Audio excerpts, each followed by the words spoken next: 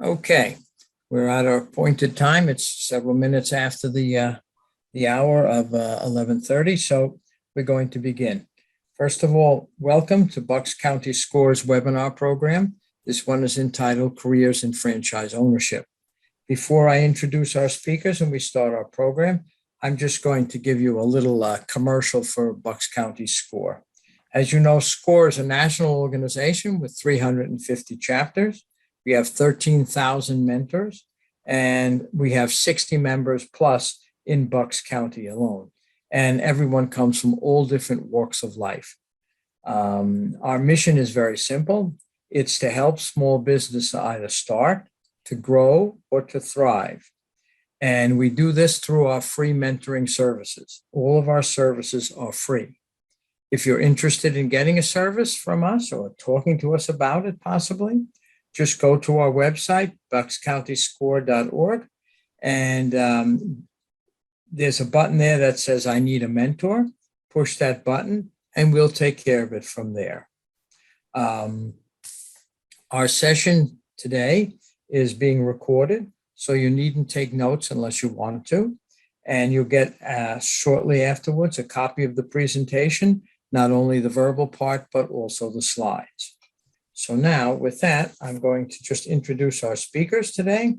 We have two today, both of them being SCORE members also.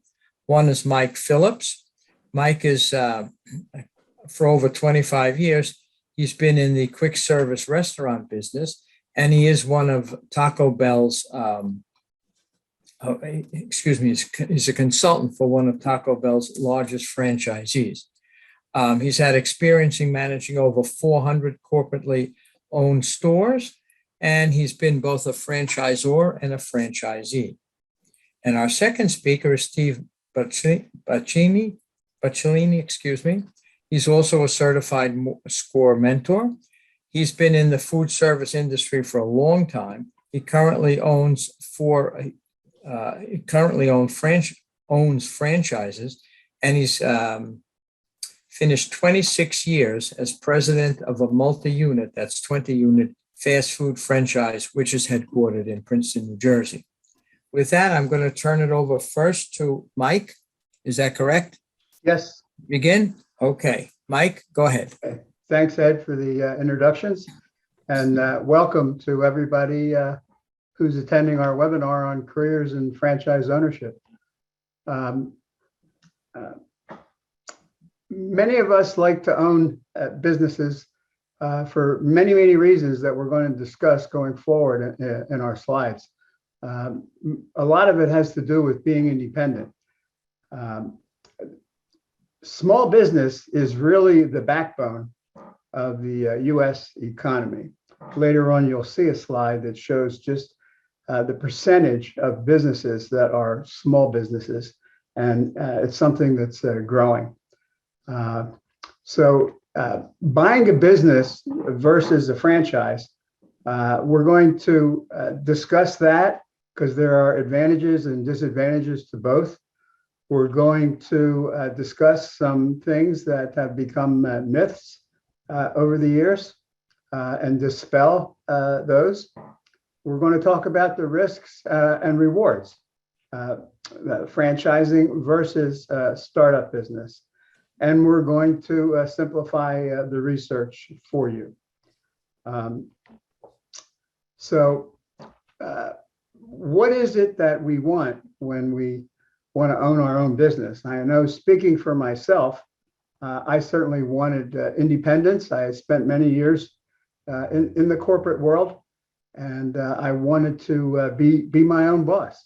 And to some extent, most of us don't really get to be our own boss because there's usually some debt service involved. But for those of you who are in business and may not have any debt service and truly are your own boss, you have my respect and congratulations. It's not an easy thing to do.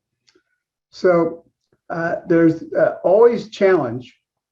Nothing comes easy, whether it's a franchise or your own business or working in the corporate world. But there is certainly challenge, recognition, and prestige that comes with being part of the local business community and being seen by the members of the community in business and those who aren't as a local business person. Most of us would like to build wealth, increase our net worth, to have a comfortable retirement. And that can certainly be done in your own business, and it can be done working in the corporate world through 401k and those few companies that still have pensions. Many of us tend to think that we have more time for family and interests, and that's one of the things that we to which we aspire. I can tell you from my experience, and I can't speak for anyone else, in the early stages of building my franchise business with my partners, there was very little time for family and other interests. I gave up golf. For the most part, I gave up racquetball. I didn't give up going to school to see what was happening with my children. But in the early years, it was all hands on deck, and 12 and 15-hour days were pretty common. And then as time went on and the business built and cash flow improved and some debt service was reduced, we were then able to switch over and have some time for family and vacations. But it's very, very rough sledding in the beginning, typically. Steve, you may have to help me on, I'm not counting the slides as far as where you come in. Career independence. I know it felt very good for me and my operating partner to be able to more or less make the rules as opposed to abide by the rules. And while we did make the rules, we also abided by the rules that we made to set a good example and be good leaders for our people. But there is that feeling of independence when you're sitting at the head of the table and creating policies and procedures by which your company will operate. Financial security. I think that's something that we all seek, whether we're in business for ourselves, whether it's a partnership, whether we're practicing in a professional corporation such as a CPA firm, or working for a corporation, large or small. We all seek financial security, and it takes a lot of hard work.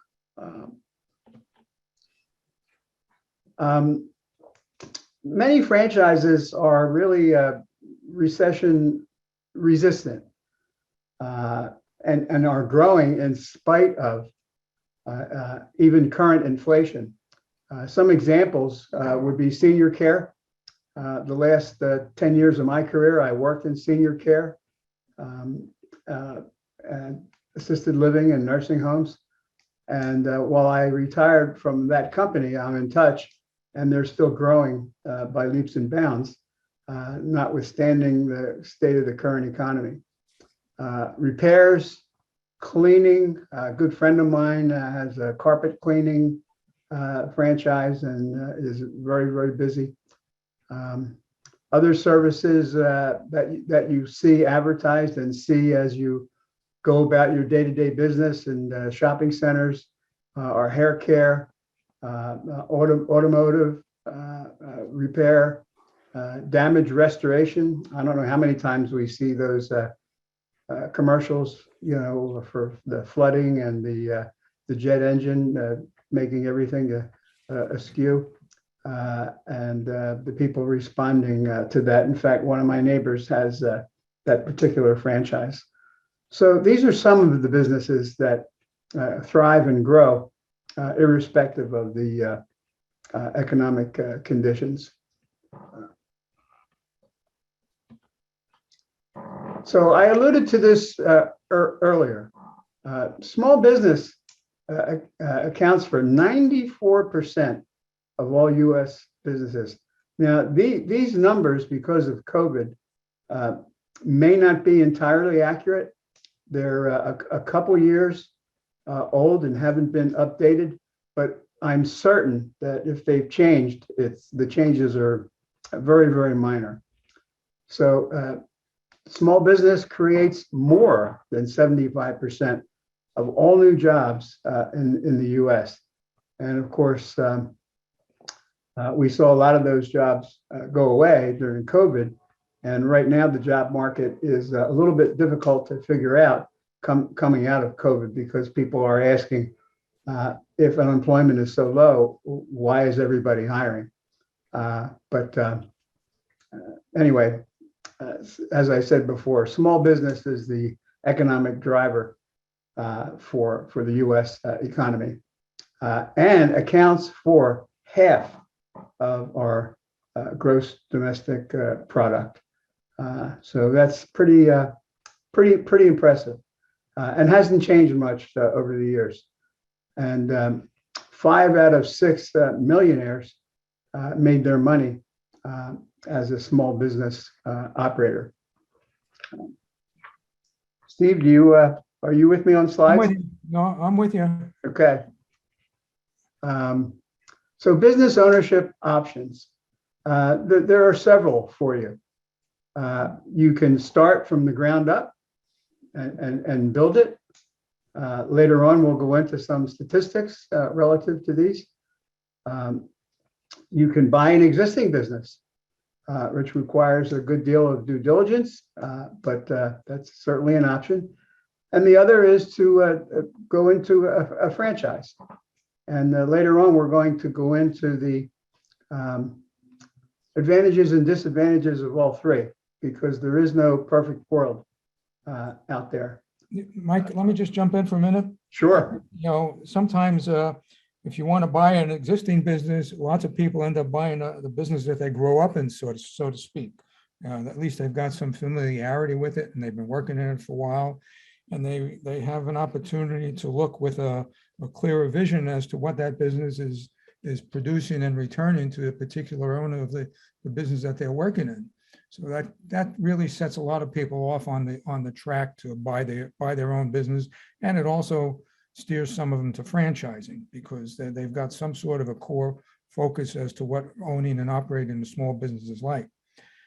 As far as creating a startup business, I have to think back to Dirty Harry, and his famous words is, "Do you feel lucky today?" Because lots of times creating a small business, you're out there by yourself. And Dirty Harry may have had a 44 Magnum, but sometimes people who want to start their own business, the only thing they have is a dream. And they usually represent the greatest percentage of failures. I know in the business Mike and I came from, the food business, 95%, there's a 95% failure rate within the first 5 years. But franchising, getting back, is, and we'll get into it later on, when you sign up for franchise, you're signing up for a partnership, and that's part of what you're paying for. So I'll turn it back to you, Mike. Thank you. Excellent point. So here we go with some advantages and disadvantages of starting your own business. Total control to some extent. Let's face it, you are at the mercy of market conditions, and you're also at the mercy of your employees. Employees that are treated well tend to show up for work and work diligently. Employees that are treated either poorly or as pawns, when you need them to go the extra mile, most of the time the answer is, "Gee, I'm sorry, I'm really busy." But so you get to make all the decisions. That can be good or bad, depending on the data that you're relying on to make those decisions, and how flexible you are to change course if the decision turns out to be not in the best interest of the business, or doesn't meet the criteria that was established for making that decision. There's room for creativity. When you have your own business, you can create your own marketing programs, your own logos, just about anything. Plenty of room for creativity. You get to make the rules. other than if you have loans and there are certain requirements that your lender has in terms of financial reporting and other things and maintaining certain loan to cash flow ratios and other things. And of course, there's the very large upside that you share. You don't have to share unless you have partners. And usually, and Steve mentioned this, it starts with a dream and your passion. And that passion quickly becomes, it just kind of takes over your life, because when you do start from scratch, there's that rule of inertia that a body at rest tends to stay at rest. So you have to create the momentum to get moving and again, make all the decisions as the business moves forward and grows. Disadvantages, certainly you have to create your own systems. If you create your own business and have no systems, it will be very difficult to have control. Your employees will not always know what to do or where they stand or how to react to certain situations that would come up. So it is important to create systems. There are limited financial options when you have your own business. And again, getting back to that rule of inertia and getting things to move, it's slow to ramp up from a dead start. So that also relates to having enough working capital. And when you do your financial modeling or budgeting, and certainly you'll need a business plan, especially if you're going to have to borrow money, but you need a business plan anyway, because Yogi Berra taught us all many years ago, if you don't know where you're going, how will you know when you get there? And as Steve alluded to a few moments ago, the startup businesses, now he was talking about food service, but the failure rate of startup businesses in any industry is very, very significant. And it's usually for two reasons: undercapitalization and failure to have a salient business plan and the ability to move and change as the situation changes. If you have a plan and things are changing and you're off the mark, you have to do something to get back on track or change the goals. And some people become kind of transfixed and just stay the course, so to speak. And that's one of the causes of contributing factors to the high failure rate of startups. Yeah, Mike, let me just jump in a minute. I think the audience should also know that, as far as financing goes, particularly if you're new and you haven't had any experience with it, to sell your dream, it becomes a lot more difficult with financial institutions. And as Mike said, particularly if you don't have a business plan. But with franchising, not only would you have assistance with a business plan, but it's a known quantity, and the financial markets have a lot greater comfort level with somebody coming in with a business that's got a track record.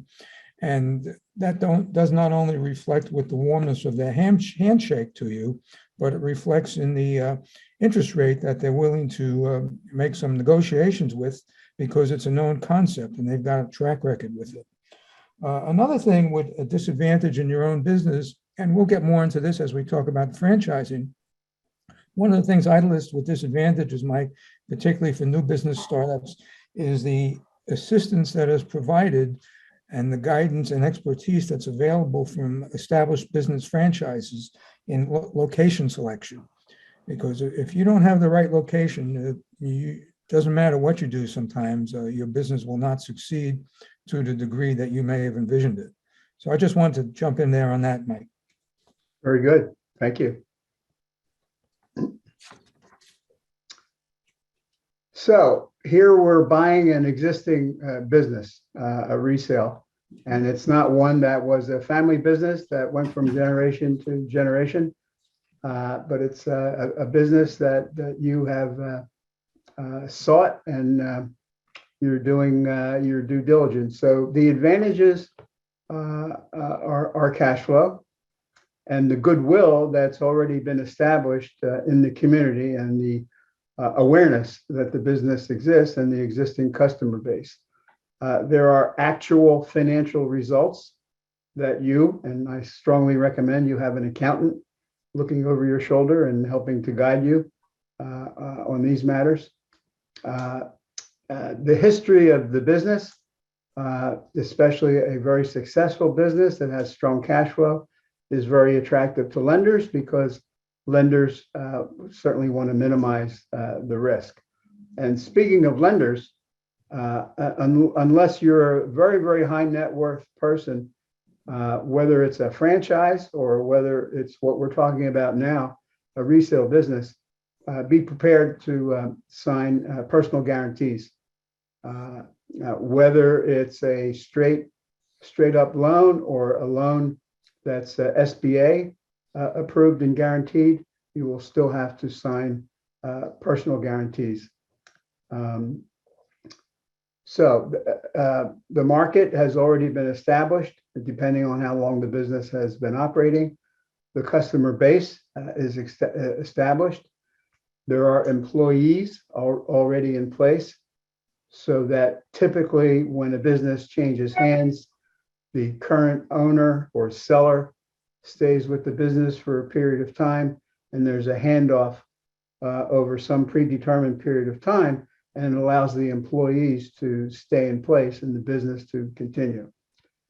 Systems may be in place.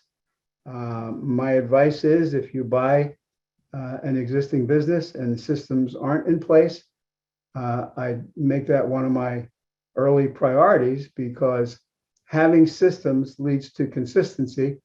Consistency of experience tends to grow your customer base. And another advantage may be owner financing, where the seller would take back a note for some negotiated amount. So on the negative side of the ledger, disadvantages can also be cash flow. You may be consciously purchasing a business that is distressed, and there may be some bad will attached to that, and all that. Typically, the seller might be asking more than the business is worth, and this is why having an accountant at your side is very, very important. People value their businesses similarly to how they value their homes. There's some emotional value that the seller sees that really doesn't mean much to the buyer. And those things need to be negotiated.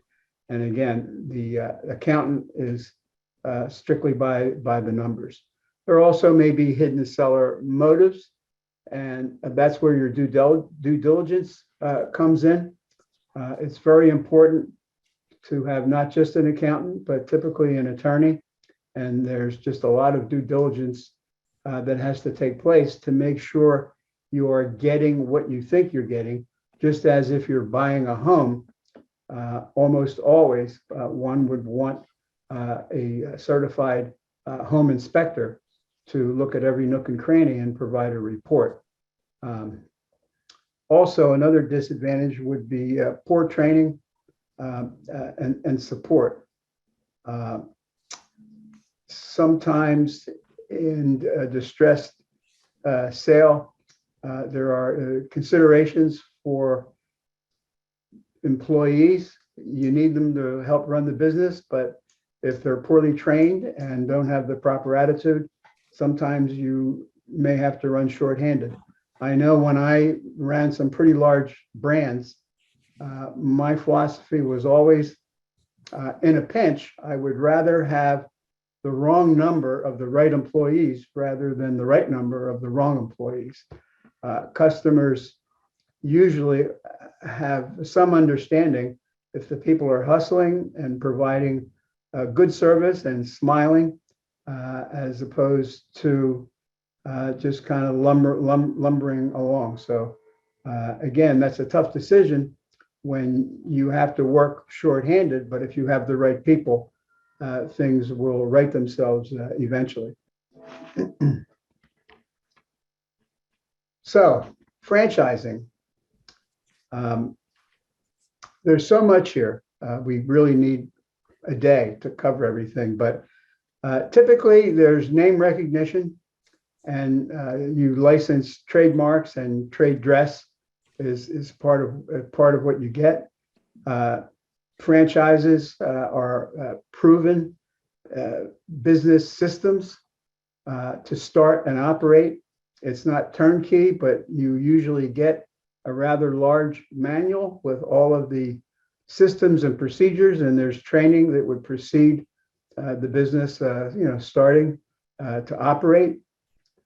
Training and support, initial and ongoing. And I guess we missed the parentheses there, but in any event, in the franchises that I've been in, there was always somebody I could call if I ran into a problem, and if they didn't have an answer, or if they weren't the right person, they would go to it. It's very important that when you're doing due diligence and considering whether a particular franchise is right for you, there's a few things. How long have they been around? Do they have a presence in your marketplace? And how do their franchisees feel about their leadership and support that they provide? And we'll get into that a little later on when we get into what's called the franchise disclosure document, or the FDD. Franchises have a much lower failure rate. The last numbers that I remember was that franchises after 5 years had about 11 or 12% failure rate versus 80% and more than 80% in food service. So there's a big difference there in terms of ameliorating your risk. And as Steve pointed out earlier, the lenders feel much better about lending. Location choices. Location.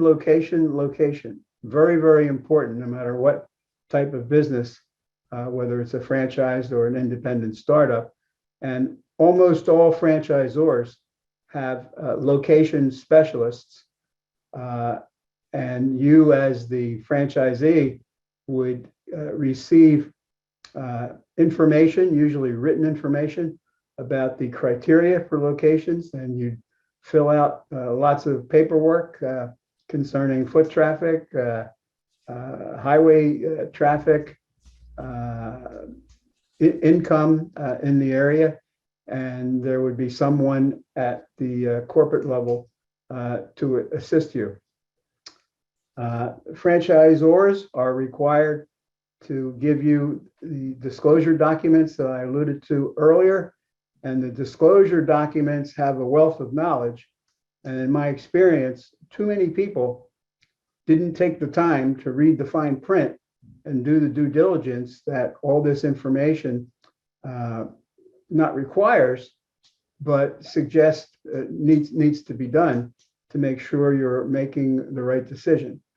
Franchise family. I know that as a franchisee, just as a corporate person, I relied very heavily on my peers as a sounding board and to sometimes help with problems in running my business. So as a franchisee, you have a family of fellow franchisees who are invested not just in their success, but your success too. Because anytime a business fails or goes down, the system is weakened and the perception of the brand is weakened. So that's a very, very big advantage. And when I had some partners and we had our KFC stores, even though this is a highly successful international brand, there were some issues where we reached out to our fellow franchisees to get their opinions and get their help. And of course, that worked two ways. We were frequently called and asked to help our fellow franchisees. So that camaraderie is very important, and I really can't put a value on it. It's Mike, let me throw something in there if you might. yes, sir. The franchise family cannot be underestimated. I mean, you have to envision the franchise family as an always-on helpline, if you will, to take a phrase from some of the TV shows.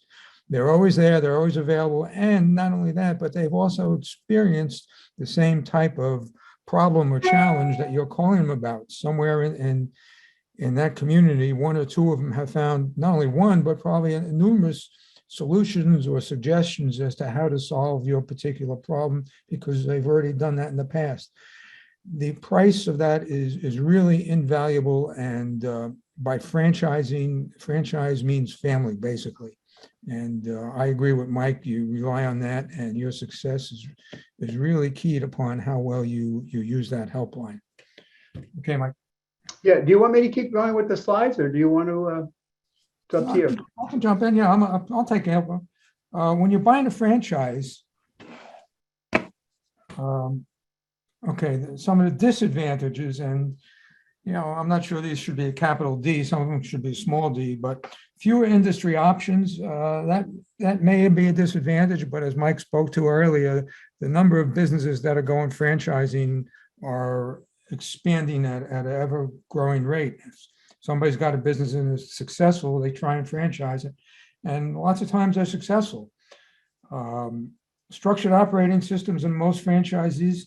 Well, I would like to. The structured operating system is a disadvantage with a small d in my book, because what you're buying when you buy a franchise, you're buying a system, a proven system to make money. It's as simple as that. And if that system caught your eye and you're willing to make the investment, then you want to abide by that system. It may have some structure to it, but you're paying for that because you know it's proven. Territorial restrictions, they vary by franchise, and that's something that sometimes can be negotiated when you're dealing with a franchise. If you're a franchisee, a new franchisee, particularly with a newer franchise, and we can talk about that later. You can only sell approved products. Well, there's a positive in that, because the approved products you're selling have been proven in the marketplace. And the franchisor has done extensive testing, and there's a track record as to why those products are the only ones approved. Don't forget, when you buy that system to make money, you're also investing in a system, and you want to protect it. So protecting it means you make sure you're selling the only approved products, so that that name recognition flows throughout the community and the country. Restrictions on one's ability to be creative. Well, yeah, you do give some of that up. There's no way to slice that. You've got to, if you're going to jump on board, you're going to be rowing with both oars on that boat, and you do have limited creativity. Ongoing royalty payments, yep, but you're paying those royalty payments. But when you agree to sign that franchise agreement, as Mike said earlier, you've already gone through the franchise disclosure documents, and you've probably already spoken to your accountant about what's the impact about all these royalty fees and miscellaneous fees. And your accountant's got to help you determine, well, these are livable, because if you don't pay the royalty fees or the other fees that are here, if you don't pay the franchisor, you're going to be paying somebody else down the line for some of this stuff. Little initial cash flow from startups. Well, yes and no, depends.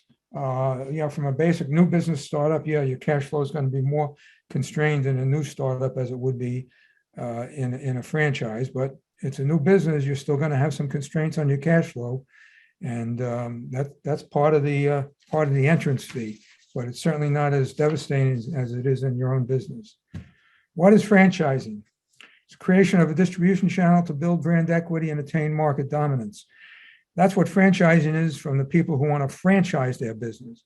But from where I sit, and I was on both sides of the franchise agreement, a franchise is, as I indicated earlier, a proven system to make money. And that's why you invest in a franchise. You've got a headquarters that's overseeing everything and handling all all the strategic questions that you may have, but they've already answered. You've got franchise operators that are dealing with customers, and you've got our customers. They're all tied together, but they're all tied together in that one brand. And that's why you buy the franchises. For that brand was a proven system, again, for making money. Franchising is, well, we talked about a license to use name and trademarks, products and services, and business systems. And again, I call back Dirty Harry. They're proven systems. Now, if you feel lucky and you want to go your own way and do your own thing, well, then, you're not getting your money's worth from the franchise you invested in. I remember way back, again, my experience is food service, as Mike's was, but we had a franchisee in the New Jersey market who was not happy with the advertising that the group of franchises decided to spend. And he decided that, why aren't you spending money back in the day? There were some local stations, 5, 9, and 11, WNYC, WOR, and WPIX. Some of you may remember them. Mhm. He couldn't understand why we weren't investing money in advertising in those local systems. And that displeasure he had skewed his ability to see clearly how to operate his business.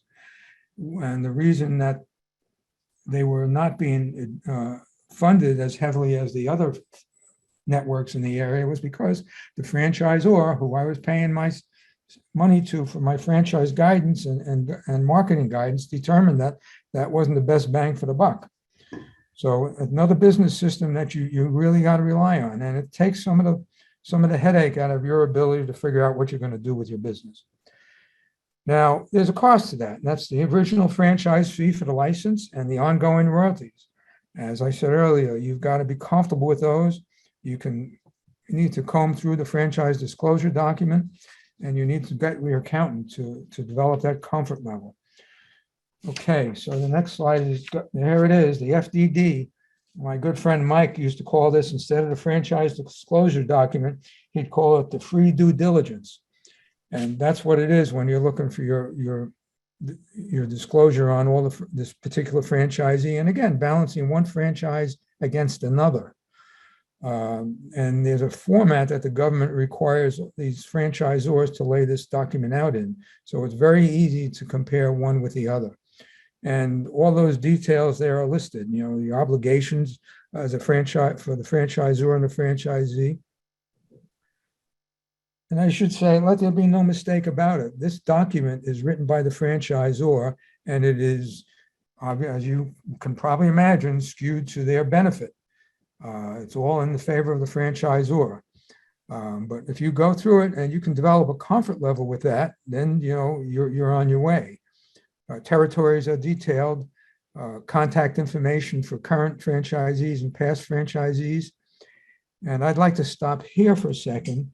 As Mike talked about his helpline in the franchise community, you can begin to tap that franchise community. And Mike will agree with this.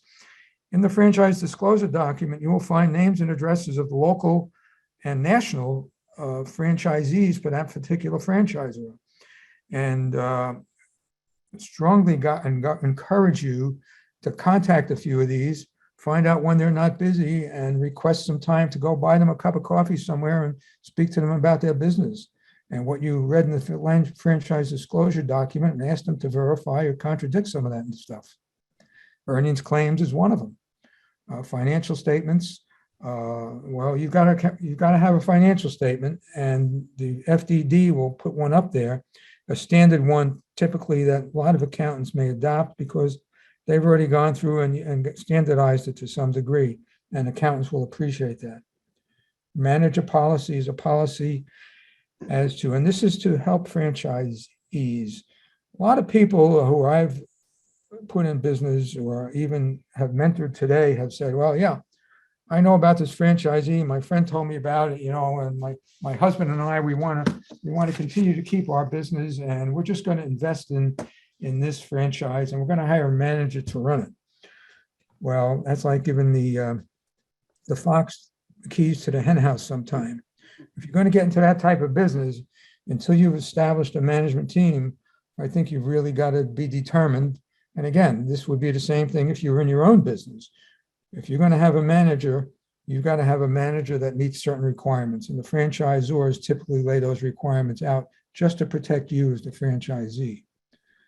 The renewal, termination, transfer policies, well, that's where you decided, you want to renew and stay with that franchise, or you want to sell the business and get out of it, or you want to sell and get into a different business, or you want to transfer to your family. There are certain procedures and documents that need to be put forward, and the franchisors disclose all that in the FDD. So that's a good document, and get it, and I encourage you to read it, and free due diligence, as Mike says. Yeah, I want to add a couple things before we move forward with the next slide. This document is the most important document that you will have in your consideration of whether or not to join this brand or this franchise. As Steve alluded to, it's written by the franchisor, and I've always considered the franchisor to be the senior partner. It's very important that when you speak with the company management people and executives, they all have what's called a discovery day where you get to meet top management.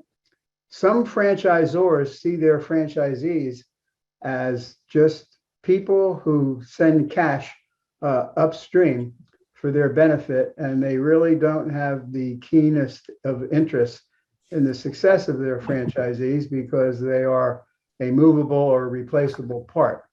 The best franchisors do see their franchisees as partners in the business. The franchisor, because they control the marks, the brand, and the trade dress, they'll always be the senior partner. And because they develop the systems, and through those systems, they ameliorate your risk compared to other businesses that you might engage in. When you contact existing franchisees, they want to help you, and they want to make sure that the franchisor is bringing strong players into the system. So they are naturally inclined to share information with you about how they feel about the franchisor.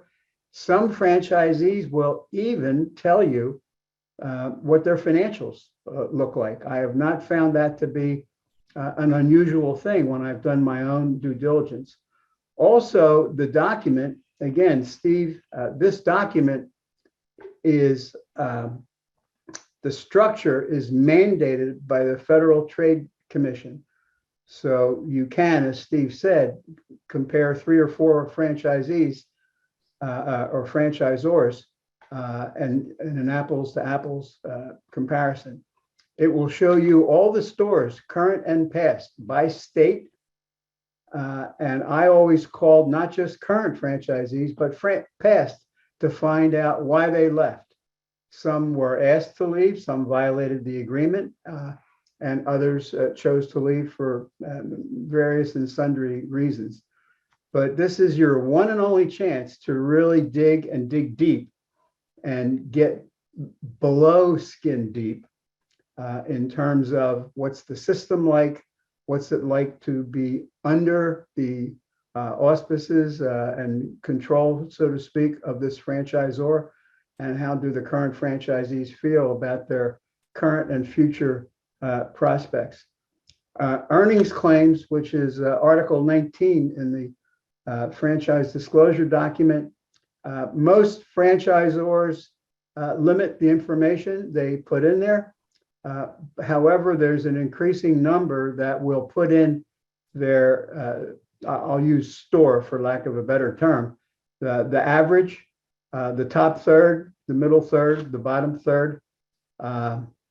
And that will help you to create a business plan and do what's called stressing a financial model, where you can develop 3 different scenarios that if your business performance is in the top third, the middle third, or the bottom third. Also part of the disclosure document is a specimen copy of the franchise agreement. And the franchise agreement explains the royalties, the advertising fees, and the other fees. It explains any relationships they have with vendors where they may get some sort of discount. And there are vendors that you would be required to use. And there are ways for a franchisee to request that another vendor be considered to service the system, but there's a fair amount of paperwork involved, and the franchisor must, consider that. But you just can't just call somebody and say, "I'd like my cousin's printing business to, be an approved vendor." So this document, I just can't emphasize enough. And this document was created because in the 60s and 70s, there were many franchisors that had used nefarious tactics and did what's called churning. And churning was, I'm not going to provide you much support. I want your initial franchise fee and the royalties while you're in business. And if you go down, I'm not concerned because there's somebody willing to take your place, and I'll collect yet another initial franchise fee from a new franchisee. Those practices do exist, but they're pretty rare. But it is very important to have a good feeling about your franchisor. If you don't, then you need to seriously consider whether it's right for you. Well said, Mike. Well said. Thank you. So I guess I'm repeating that the current and past franchisees will let you know the success and failure rate, especially the current ones, because it's to their benefit that the system gets stronger by the new people that come in as franchisees. This is not always true, obviously, with an independent business owner. You're going to get whatever it is that you're going to get. So you have to be very sharp and go out in the community and find out how people feel and talk to customers and maybe former customers. But the independent business owner who's selling isn't going to provide you with the kind of information that you get in the franchise disclosure document. And I want to say one thing.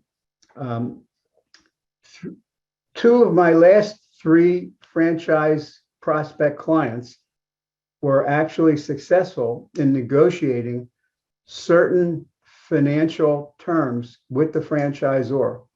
And I'll be specific. Because things are usually slow in the beginning, I recommended that it's like, if you don't ask, you can't get.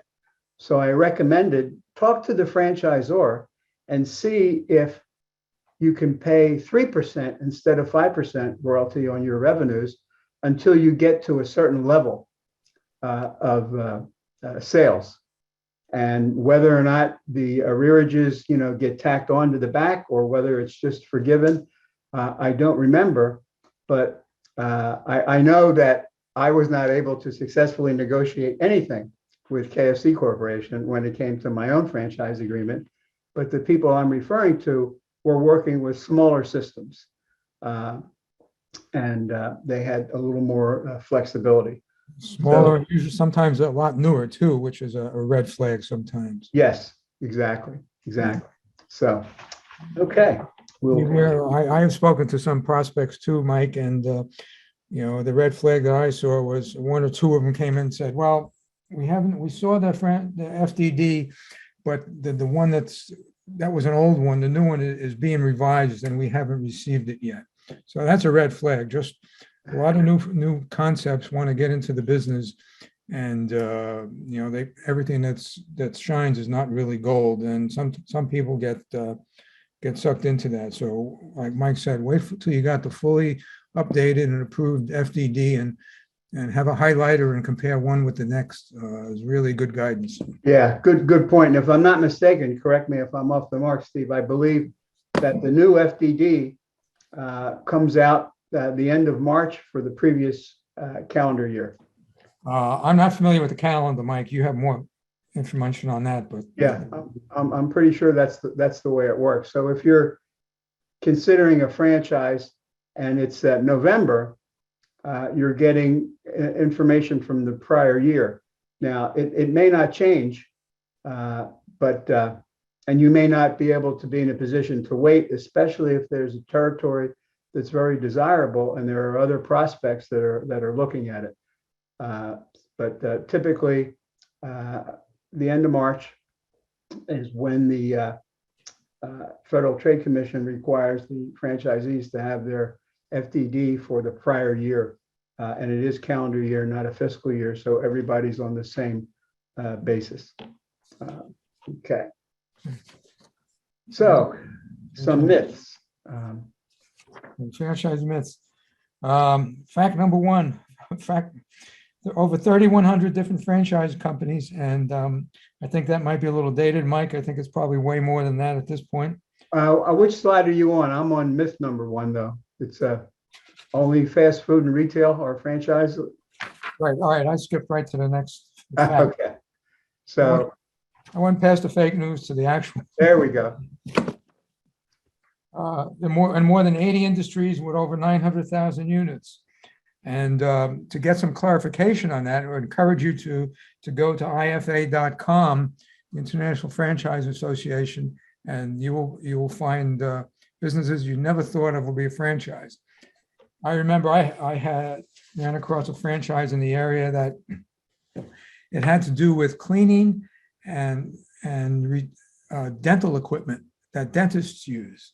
There's a business that actually sets up accounts with local dentists and orthodontists and contracts with them to clean their equipment. So the particular physician or dentist will have an extra set, and they'll send it to this franchise. They will clean it, and they've been trained how to clean it in an industrial or sanitary fashion that satisfies the medical industry, and return it in a box. And this guy had a business, a franchise, and it's a national franchise. So there's all kinds of businesses out there, in addition to the popular categories listed on the slide. It's just amazing, and a lot of them are very, very successful. Myth two: franchises succeed because of the quality of the product. Well, and this is, can you make a hamburger? Is your hamburger better than McDonald's? Well, a number of people in businesses, successful businesses, have proved that. Again, just to attack McDonald's as the child here. There's Five Guys, Shake Shack, Smash Burger, and there are more cropping up every day. So it's not the product so much as it is, again, what's your system about making money? It's how is the system successful?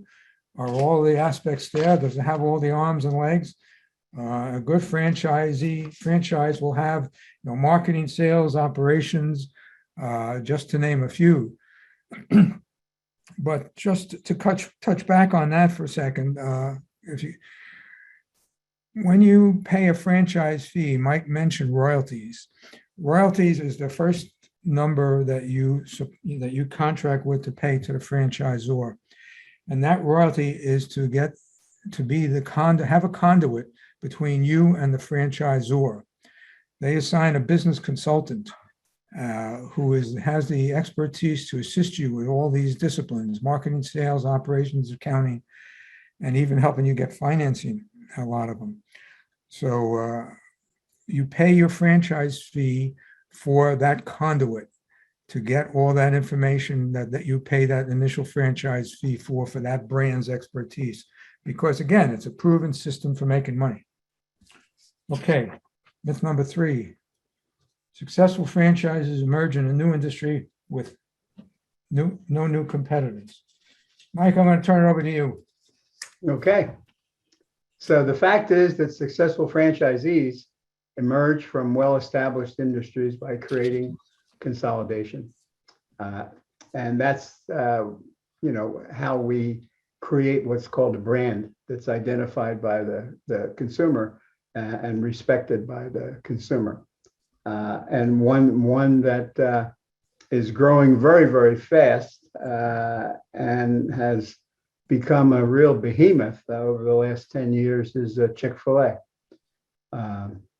They have systems in place they probably have the best employee training in that industry. And for those of you who may be a customer, almost always every customer interaction by any employee or manager ends with "my pleasure."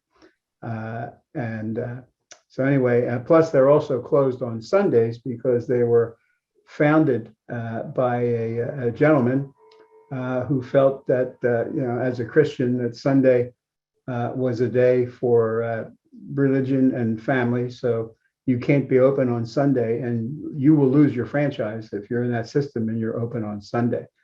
And the legacy of him, his name is Truett Cathy, is followed by his son, who is now the CEO. But there's a brand that's recognized, just about everywhere. And 10 or 15 years ago, you hardly heard of it. Again, and we keep emphasizing this, it's the system.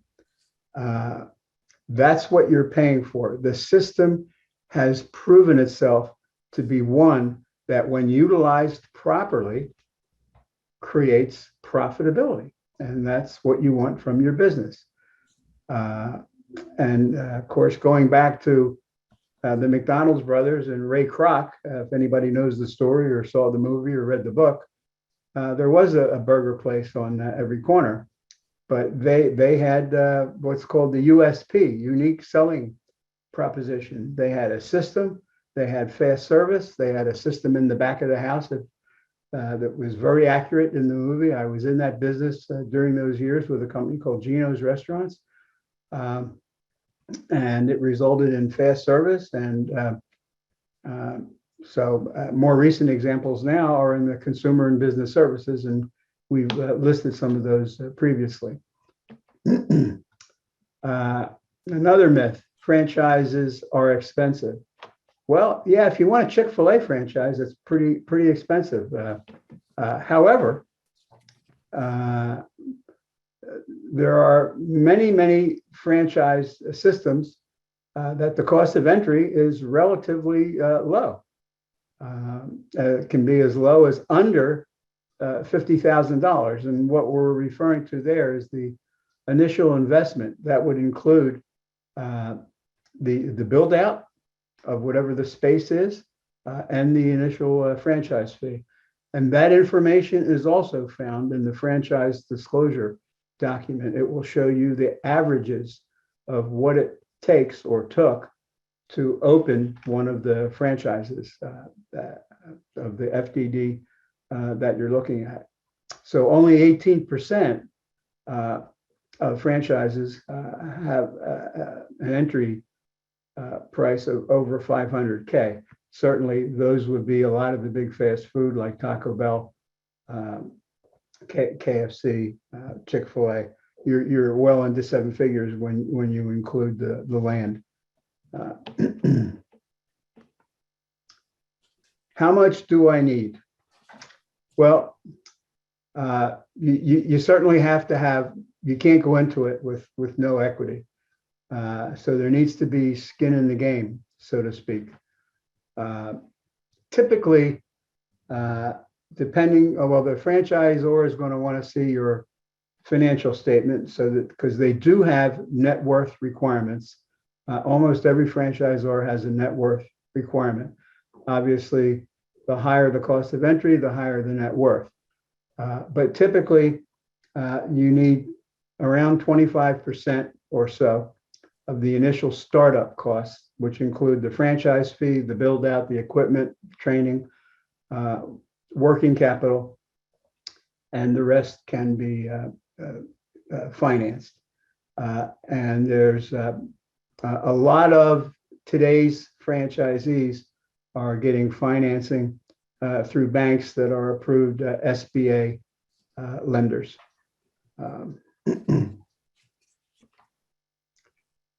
So there are many sources of capital. There's personal savings, friends and family, home equity line of credit, banks, seller financing, resale. There's rules on 401ks and IRAs for going into business. If I'm not mistaken, the rules kind of encourage one to use those assets to help start a business, just as they can be used for educational purposes.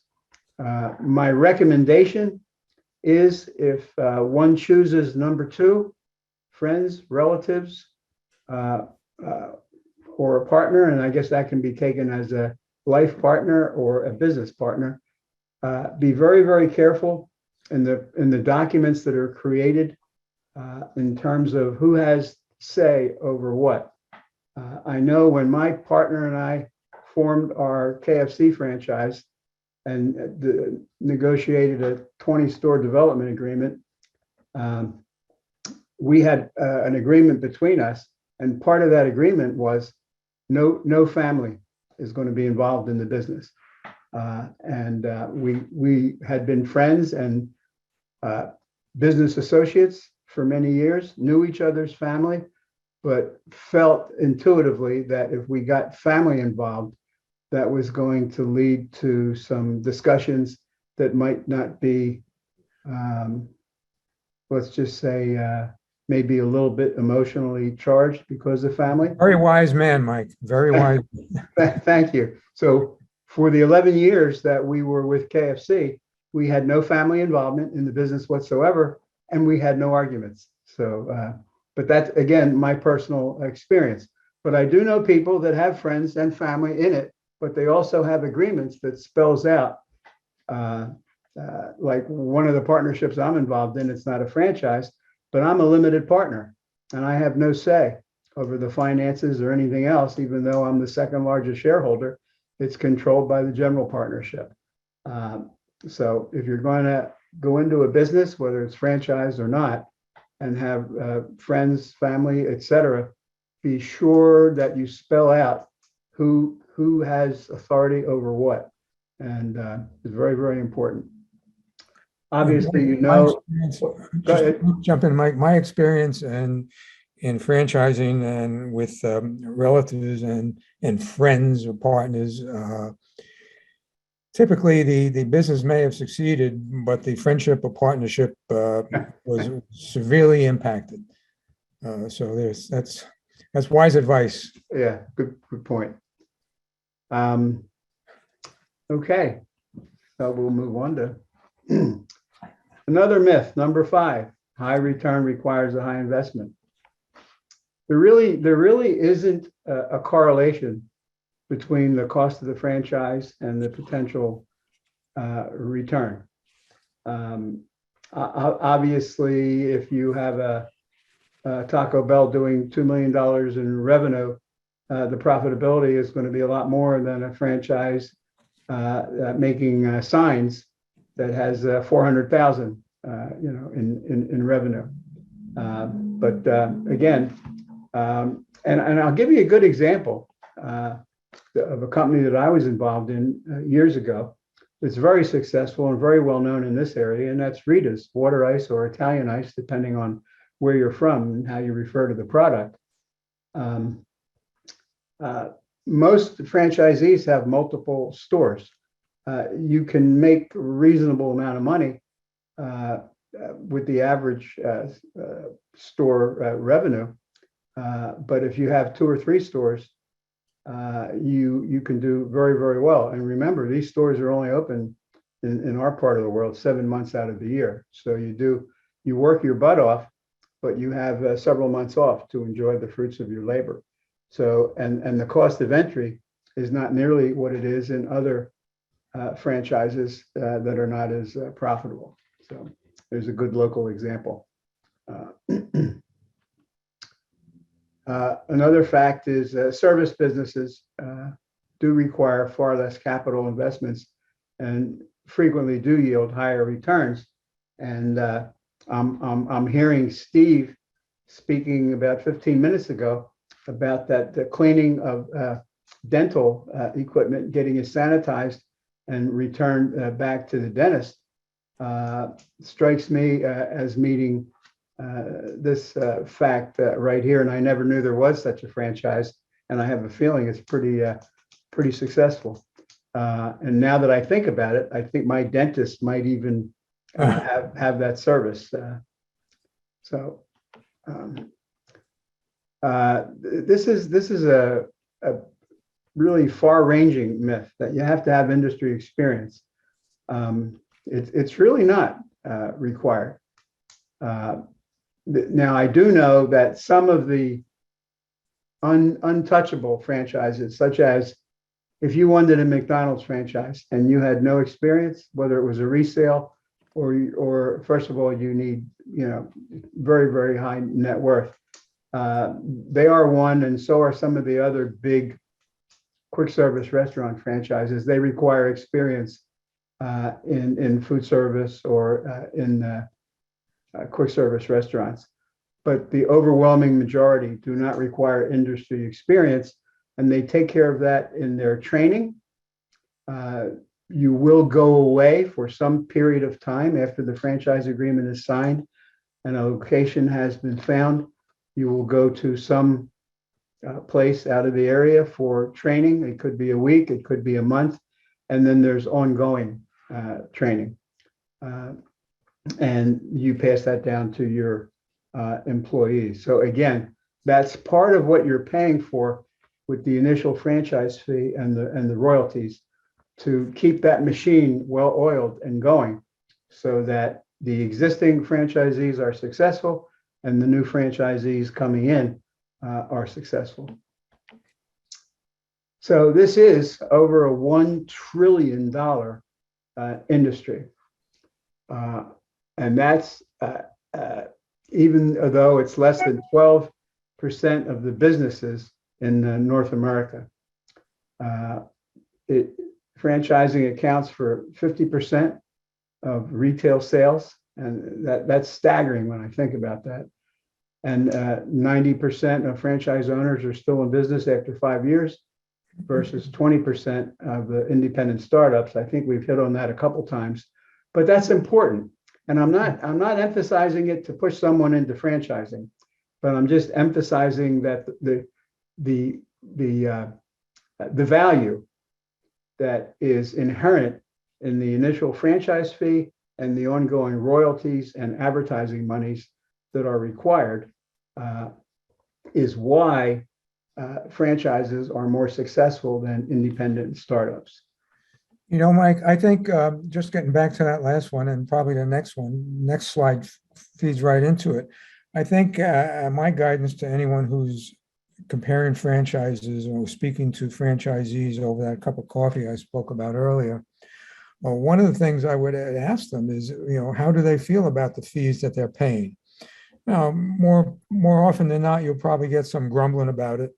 But if you dig down deep and pull back a few layers, you say, well, if you weren't getting it from the franchisor, what would it cost you to get it paying for those services yourself? It's sometimes we don't recognize the value of what we're paying for, and but that's a good question to ask them to get a good feedback, particularly if you're comparing one franchise operation with another. Okay. Very good. Thank you. So it does feed into this slide. You are making a trade-off. You're exchanging operating costs in the long term for risk reduction in the short term, and there has to be value. I recently had a client. Recently was last year, and the franchise fees were the highest I had ever seen in all my years in the business, and what the person was getting for it didn't appear to be worth it. Now, one of the things that we sign off on as a SCORE mentor is that we don't, burst the balloon or dissuade our clients from moving forward in the business. So what happened in that situation was the client on his own, after getting the numbers and getting input from me in terms of questions and doing research and due diligence, came to the conclusion that this was not a good match for him. And because we try our very best not to recommend moving forward or not moving forward, but providing consulting, facts, probing questions so that the client can make his or her own decision. So all franchises, I'm sorry? Mr. Torello, I just want to let you know, we've got about 15 minutes left. So are Okay. you wrapping up pretty much? Because we have some pretty much. questions. Yep. Okay. Yep. So I'll speak a little bit faster. So, but many units versus fewer units. Some of the franchises that you might look at might not have another unit for 1,000 miles. The key question becomes whether it's necessary for that product or system to be branded versus unbranded. So it's very, very important. Flexible versus structured systems, expensive versus inexpensive. And most franchises really can meet almost any business model. So you're in business for yourself, but not by yourself. And again, I can't emphasize how important it is that you are part of the franchisee family and have incredible resources, not just from the corporation, but from other franchisees to assist in operating your business. Here's a key point, and I am going to take a minute on this. If you're an entrepreneur and you are a freewheeling, free-thinking, creative person, franchising is probably not right for you because there's a system in place. And as Steve said earlier, there are certain products you can sell. If you're in a Kentucky Fried Chicken franchise and you want to start selling sweaters, you're going to have a really big problem on your hands. So you are bound by a contract to follow the systems in place, display the trademarks and trade address as per policy. So if you're an entrepreneur, start something on your own. A franchise is likely not in your best interest. And thank you, Ed, for letting us know that it's now time to handle questions, and we have about 14 minutes. Yes. So the first question is, where do you get the FDD? I'm not Well, sure what that is. It's the franchise disclosure document. Each franchisor has a process. And Okay. so let's say you go on the internet or on the International Franchise Association website, or you just found a company that franchises. You get to a certain point in the process. It starts by contacting a representative that will screen you to see if you meet the criteria, and you will have a conversation back and forth to see if you both have some level of interest. And then at a certain point in their process, you will get a numbered franchise disclosure document. You won't have to put up any money to get it, but you have to go into the process and be considered a serious prospect. Then you get that, and then you do your due diligence, and usually there's a time frame attached as to when you have to make a decision to either move forward and put a deposit down, or decide that you want to look at something else. Okay. This is an interesting question. I'm not sure how you would answer it. Is there a number of locations that new franchises begin to see franchisees fail?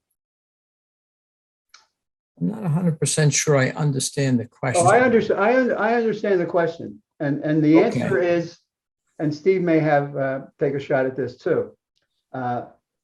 In my experience, the answer is no, because if you, like, I had a 20-store development agreement, but we had some big money behind us, and we probably could have done 50 stores.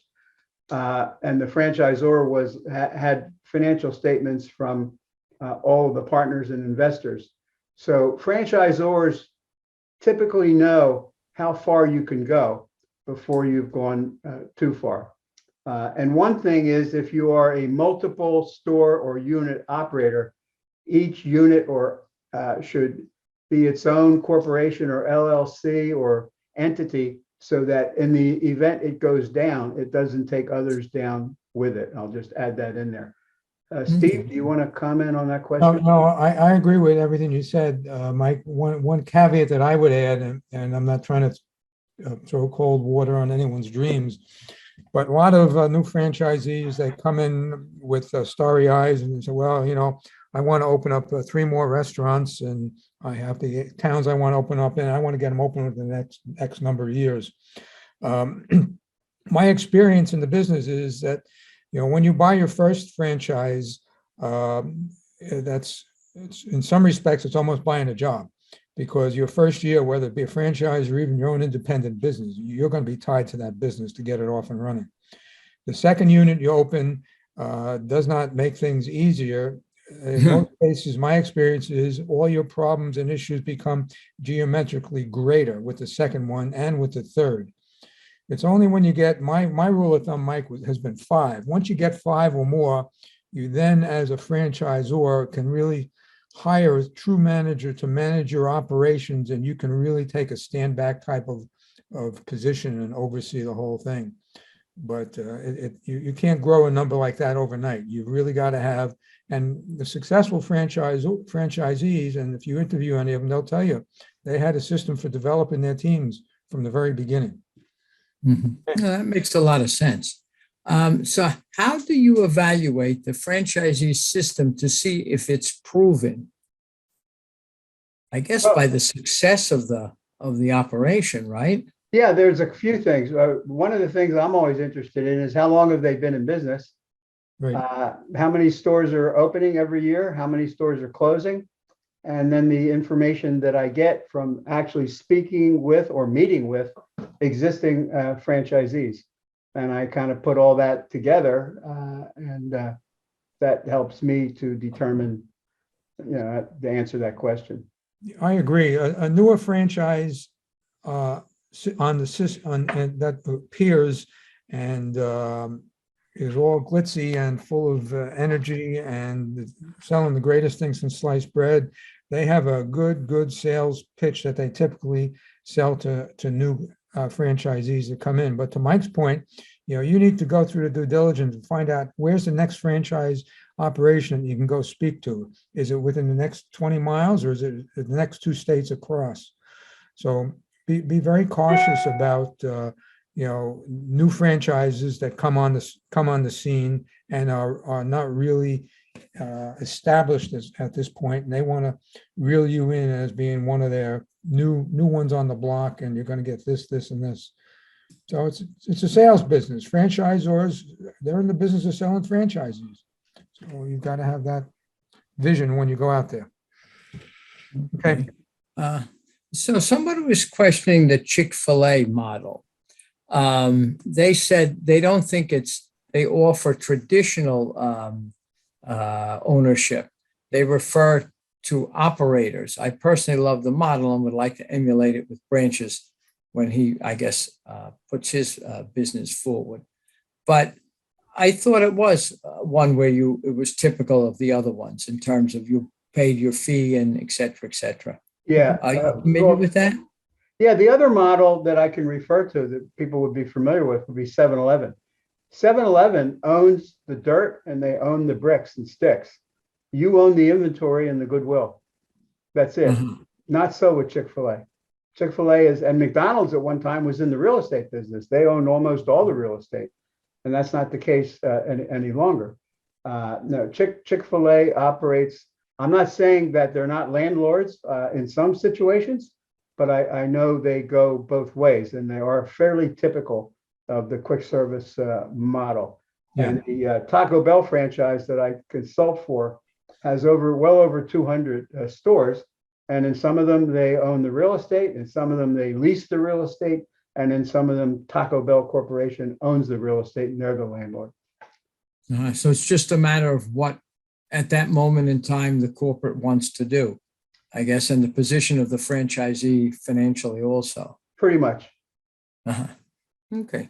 When you're looking at financing these different franchises and you go to the bank, I guess the bigger franchises send someone to go with you to help you put together the data and all of the material that the bank requires. Is that sort of how it's done, or do you have to do it on your own?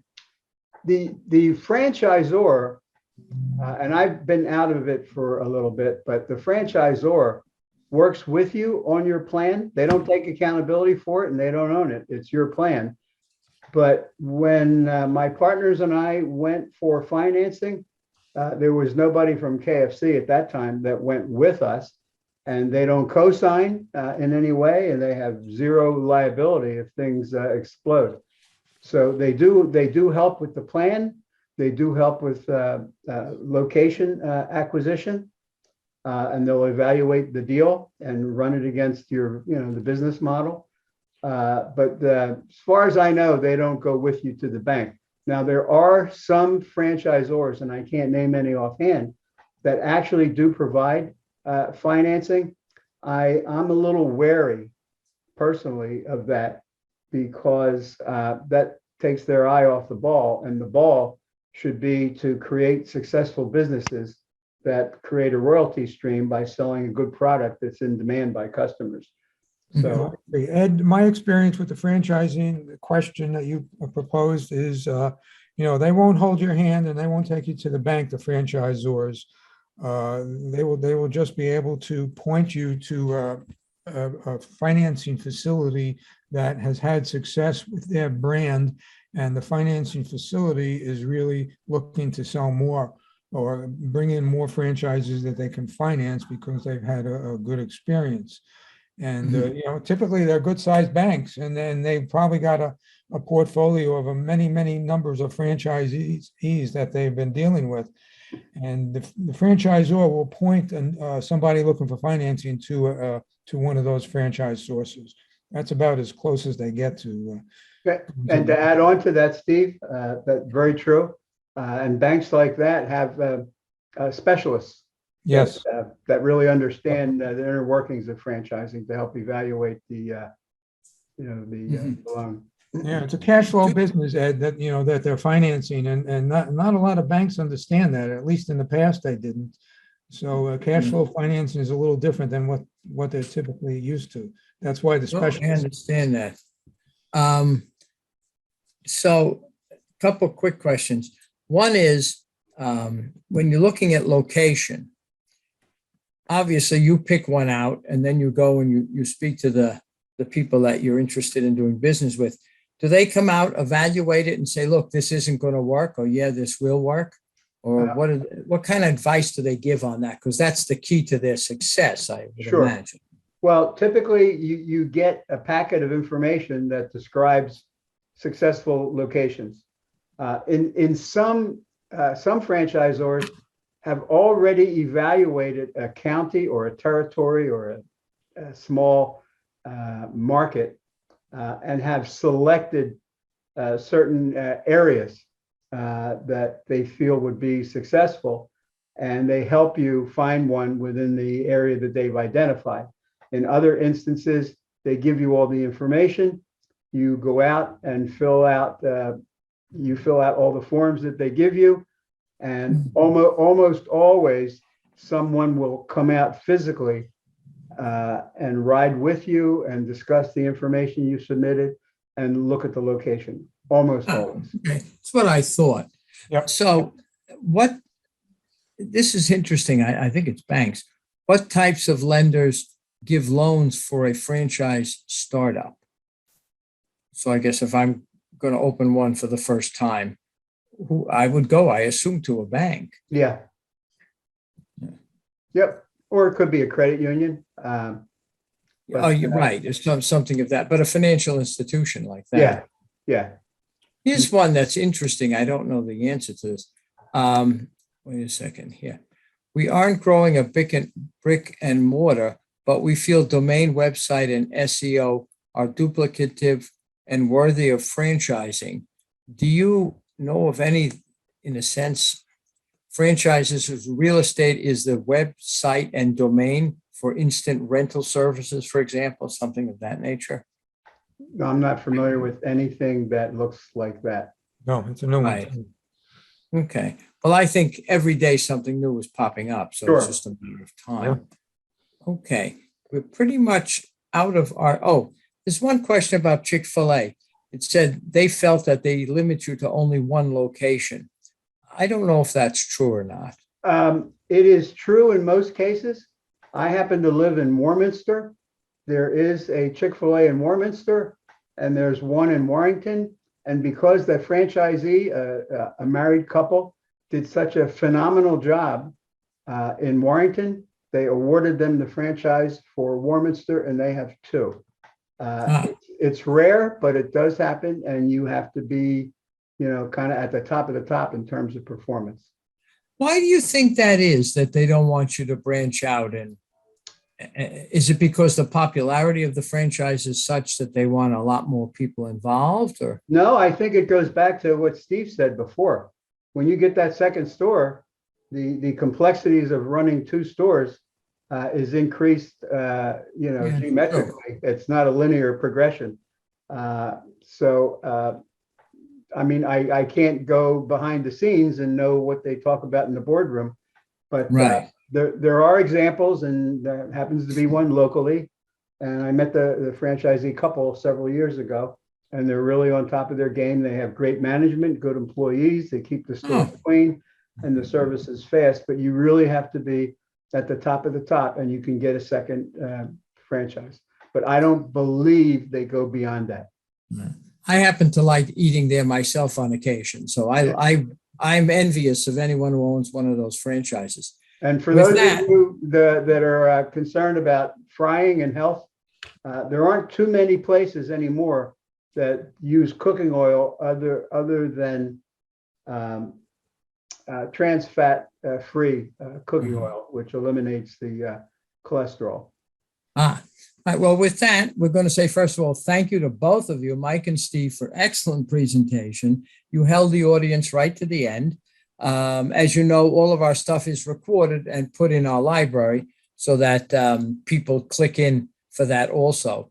So with that, I'm going to say thank you again. I'm going to say thank you to our audience for participating. Just going to mention on the 27th of September, we have one, What is Your Stick? Personal Branding Online and Offlining with Lynn Williams. I think you'll find that very, very interesting also.